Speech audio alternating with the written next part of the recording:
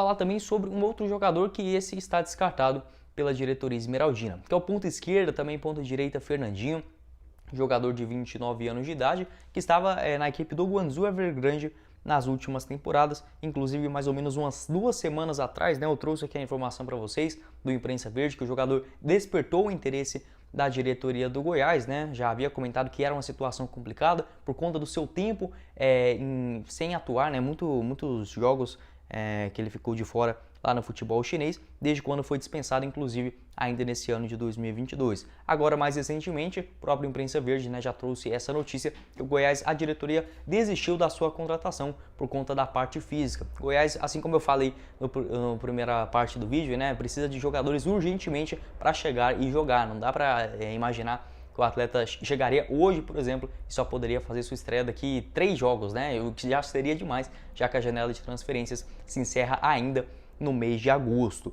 O Fernandinho, que estava por último no Guangzhou, né, Evergrande, lá da China, na temporada passada, onde fez apenas um jogo. Teve uma lesão e foi um jogador muito cobiçado, inclusive por outros clubes aqui do futebol brasileiro, ainda nesse comecinho de 2022. Clubes como, por exemplo, o Internacional e o Atlético Mineiro fizeram propostas oficiais para o jogador, né, que vinha se destacando demais lá no futebol chinês. Acabou que essas negociações, né, não evoluíram. O Palmeiras também foi outro clube que demonstrou interesse em contar com o jogador. Sua última atuação, para trazer aqui certinho para vocês, aconteceu no dia 9 de maio do ano passado, né? Ou seja, é muito tempo realmente que o jogador não entra em campo, muito perigoso esse tipo de contratação, né? Eu acho que se fosse para o Campeonato Goiano, do ano que vem, um jogador que ainda é relativamente jovem, 29 anos, e somam números extraordinários lá no futebol chinês e também em Portugal, acho que não seria uma opção ruim não, com opção, até mesmo uma forma de um contrato de produtividade, né, melhor dizendo,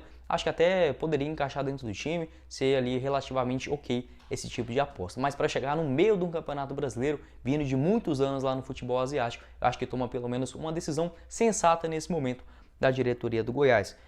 Por que eu falo que ele destacou tanto, né? No futebol chinês a gente tem menos jogos. Ele que está lá desde 2015. Em 2016, por exemplo, ele marcou 9 gols em 29 partidas. 2017, 7 gols.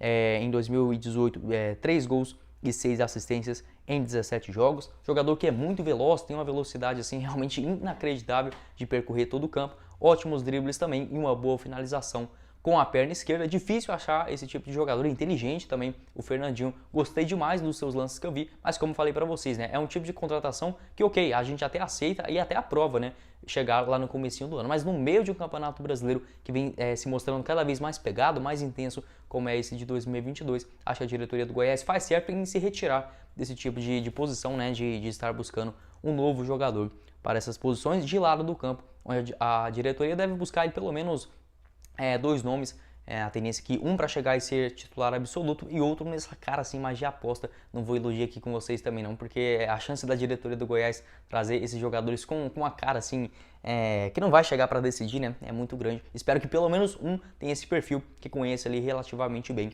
a Série A do Brasileirão. Para fechar sobre o Fernandinho, ele está 100% livre no mercado, jogador que não confunda, não é aquele Fernandinho ex-Grêmio e São Paulo não. Esse daí ele começou nas categorias de base do Atlético Sorocaba, passou no Flamengo em 2012 e também em 2013, fez um bom campeonato carioca pelo Madureira em 2014, antes de se transferir para o futebol de Portugal no Estoril Praia lá em 2015, e a partir daquele mesmo ano já foi jogar ali no futebol chinês, ou seja, praticamente 8 temporadas consecutivas lá no futebol asiático. Está livre no mercado, eu acho que até poderia ser uma opção viável para o ano que vem. Quero saber sua opinião aqui embaixo nos comentários e sobre as outras posições que o Goiás, a diretoria, deve priorizar, né, a trazer agora nesse Campeonato Brasileiro.